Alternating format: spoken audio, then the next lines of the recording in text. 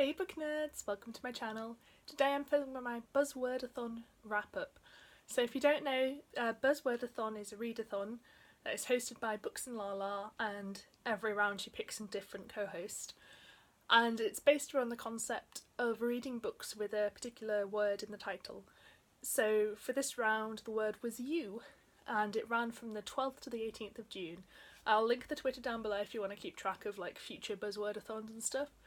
This is the third one I've taken part in so far, and this is definitely my best one. I haven't had much luck with the Buzzwordathons. I end up either reading books I hate or not reading many books at all. So thankfully for this round I read 3 books, and 2 of them were one was a 4-star read, one was a 4.5 star read, and the other was a DNF, so still better luck than I normally have. The first book I read was You Don't Know Me by Imran Mahmood. This is actually a very interesting book. This was my 4-star read. I didn't really know much about this book. I put it on my list of thrillers that I wanted to read in 2019. I made a list at the start of the year and this was one of them. But it's not really a thriller. It's the story of this young man who's been accused of shooting someone in like a gang crime. And he is on trial, and the entire book is him giving his closing speech to the jury. Obviously it goes on for several days and stuff, it's a very long closing speech, but it's basically him saying that he's gonna tell them the truth of what really happened, because that hasn't happened so far in the trial. No matter how bad it might make him look, he's gonna tell them the truth, and then it's up to them to decide whether or not they think he's guilty. So yeah, this is a really interesting book. It's won quite a lot of awards, or at least it's won like a BBC prize of some description. And I really enjoyed it. It's very well written. It does suck you into the story. I wasn't sure about it at first. And it kind of reads more like a contemporary with some mystery elements rather than a thriller. But yeah, I really enjoyed it. I don't really have much else to say about it. It's just kind of a very solid book.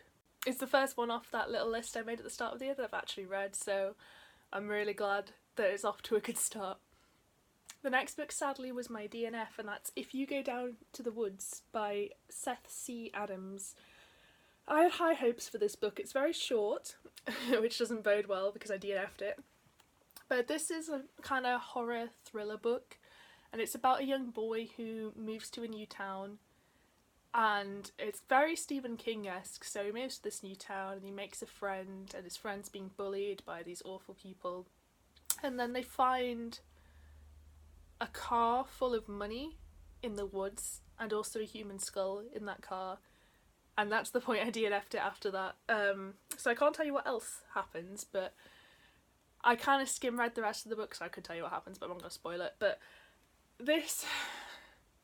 This wasn't badly written. It was an okay story and the writing style was pretty good. My main problem with it is that there was so many problematic things, like a ridiculous amount. I have my Kindle here and you can see the point I DNF'd it. So I got to page 115 before I started just skim reading, and which is chapter 6, page 115, and I have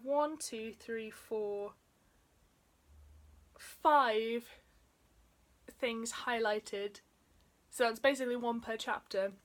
That is problematic language use or just bad things. I'm going to see if I can read out any of these without offending anyone.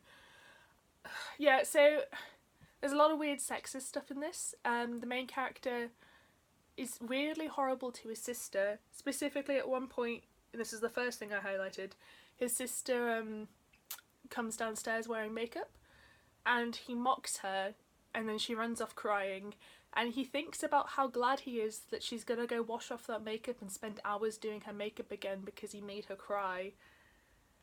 It's like, I smiled as I imagined her in her room or in the bathroom staring at herself, wiping her face clean and trying again. And I was like, am I meant to root for this guy? So he's kind of like that towards his sister.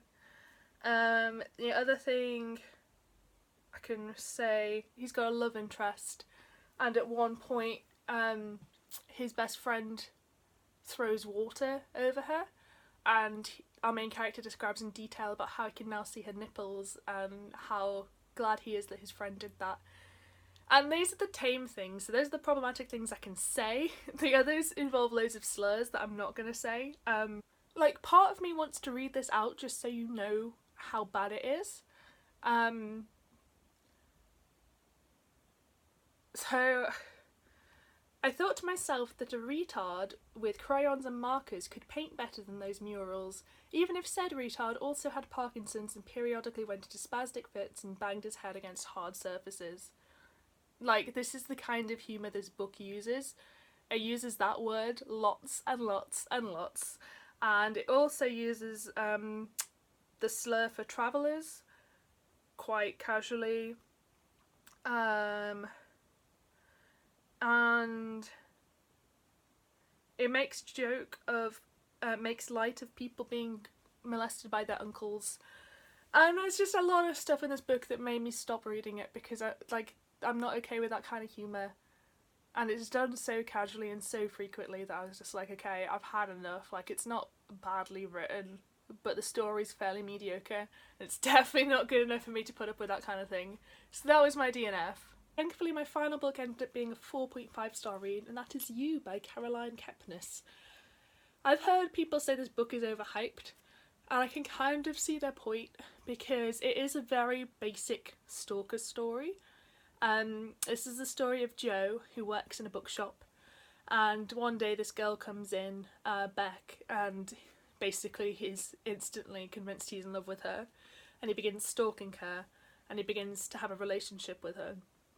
And that's kind of all this book is about. From that premise you can probably guess the entire plot, but I just thought that this was so well written. There's a lot of sexual content in here. I was not expecting the amount of sheer sexual imagery and content and all kinds of things in this book, so be aware of that because I was not aware of that. But that aside, the writing I thought was phenomenal, and that's kind of what powered the story for me. I also thought both Joe and Beck are very interesting characters. I was a little disappointed because I've heard that people say that Beck is not your traditional kind of victim, and I get what they mean by that, but like, Joe is definitely the bad guy. There's no grey area here.